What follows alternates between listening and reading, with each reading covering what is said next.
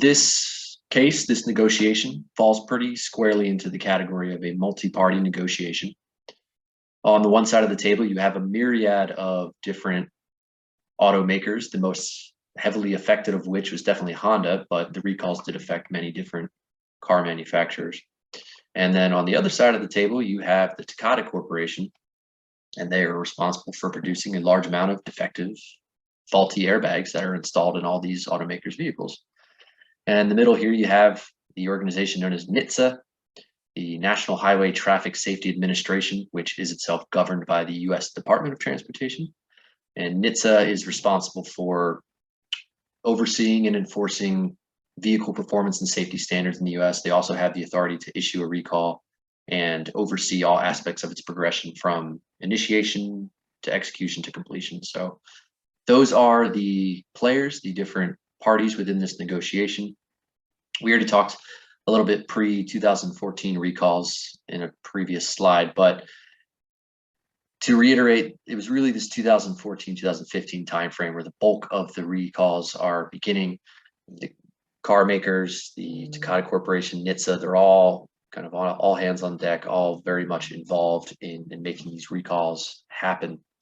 Later in 2015, NHTSA, not so much a negotiation, more a dictation, they basically imposed this requirement on Takata saying, hey, acknowledge that you have this defective product that is now in millions of vehicles, but we're going to need you to do a little bit more. We're going to need you to come up with these more robust customer outreach plans. Let us know, or let the public know what you are going to do to make this recall come to fruition, how you are going to reach all these different individuals who own these vehicles that are affected. So sort of requiring a little bit more from Takata. Progression-wise, by the end of 2016, Department of Transportation was not particularly stoked at the level of completion, the level of progress that these recalls had taken. During the 2017 early timeframe, you have on the negotiation front, or rather the lawsuit front, you might say, you have a lot of them being thrown around. There's really just kind of a whirlwind of legal action. You have individuals, conglomerates of individuals, organizations, third parties, not depicted up here on the slide, but they're all pointing at the car manufacturers saying, hey, you've installed this very faulty and dangerous airbag into your vehicles. People have died. Someone needs to be held liable, and we think it should be you. The car makers, they point over to Takata and say, hey, no, Takata, they're the ones that sold us these faulty airbags, this dangerous component of our vehicle. They should be held accountable. So you kind of have a lot of people pointing fingers at different individuals during this time frame, a lot of lawsuits flying around.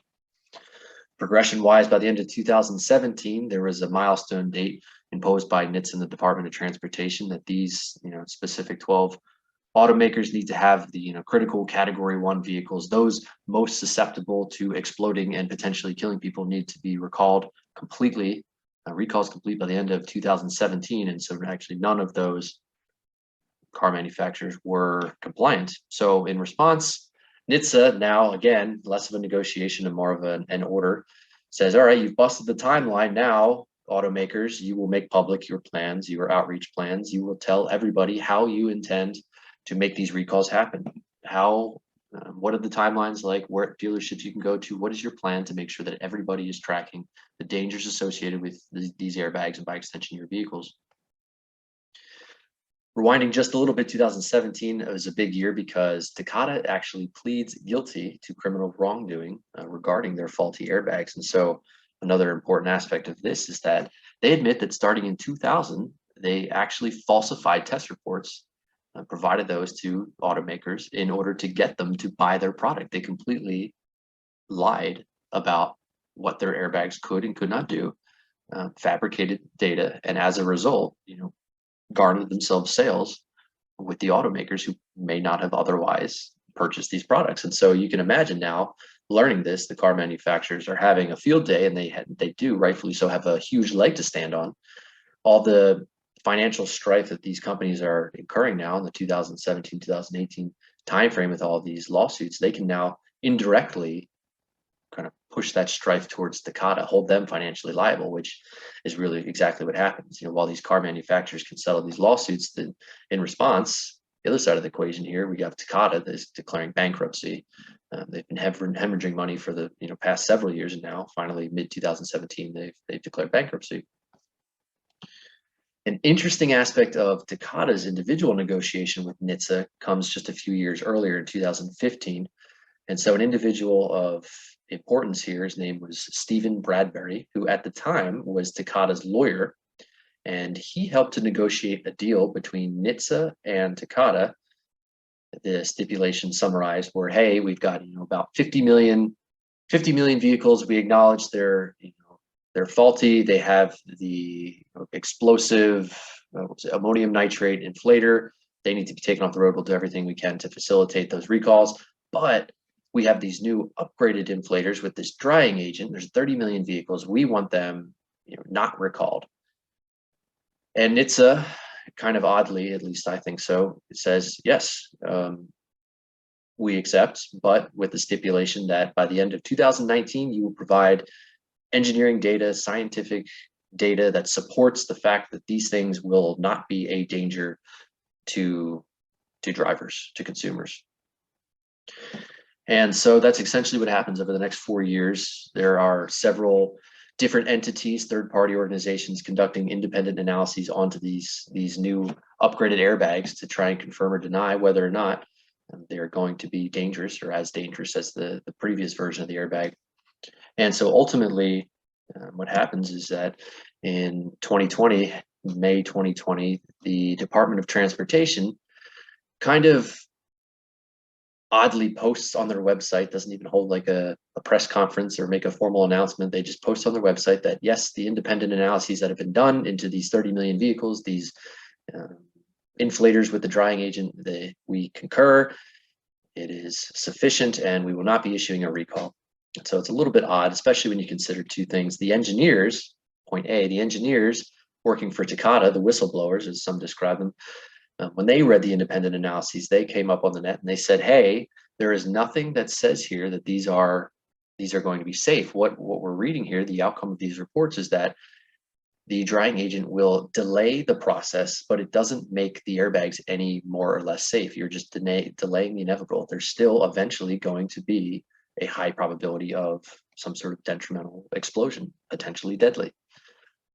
Point B, which makes this a little bit odd, is that recall the individual Stephen Bradbury, who in 2015 was the lawyer for Takata, who negotiated this deal, is now the general counsel for the Department of Transportation and still has contacts within NHTSA. So while never explicitly confirmed, or Stephen Bradbury will never say it outwardly, you definitely have the silhouette of what looks like some sort of negotiation that happened behind the scenes. Especially when you have engineers from Takata, the people that designed the thing, saying that these analyses don't corroborate a safe product. It's just an interesting aspect of that decision by the Department of Transportation. On the automaker side of the house, in terms of a negotiation during this time frame, 2020, 2021, they are also losing a lot of money, whereas they got Takata to cover a lot of the financial strife, the financial burden from issuing recalls, but they're still losing a lot of money. So they're doing everything they can to try and exempt some of their vehicles from this recall, making whatever justifications they can to NHTSA, saying, hey, no, we these models are safe and here's why. And essentially all those negotiations are lost. NHTSA's like, see what you're saying, but no, you still need to recall these. There's still an extraordinary hazard to those that would be driving them. So, and then here we are just a few months ago, September 2021, NHTSA, interestingly enough, NHTSA is initiating its own independent engineering investigation into those aforementioned 30 million vehicles with the drying agent, the upgrade to the dangerous airbag. It almost looks to me like somebody at NHTSA looked back on that deal that was made in 2015 and decided like that was a little suspect. These engineering analyses that have happened to date are a little bit suspect. We're going to do our own research into this so that we can kind of see the truth of it. It's not a recall, but it is, I guess if there were going to be a further recall, this is the first step towards that process. So that's where NHTSA's at right now. If you look at this all negotiation holistically and you're making a recommendation as to what could have been done better to facilitate this whole situation in a more positive manner, I would say Takata should not have negotiated in bad faith. So in 2000, when it came to light that they were falsifying test reports, or rather they were falsifying test reports in as early as 2000, if had they not done that, had they not lied about what their product could do, then it's very realistic to think that those automakers would not have purchased those airbags and not put them in their vehicles, and then we wouldn't have this now decade plus long vehicle recall, the largest in US history, that we are currently still dealing with. So that would be certainly one recommendation to make, one takeaway from this negotiation.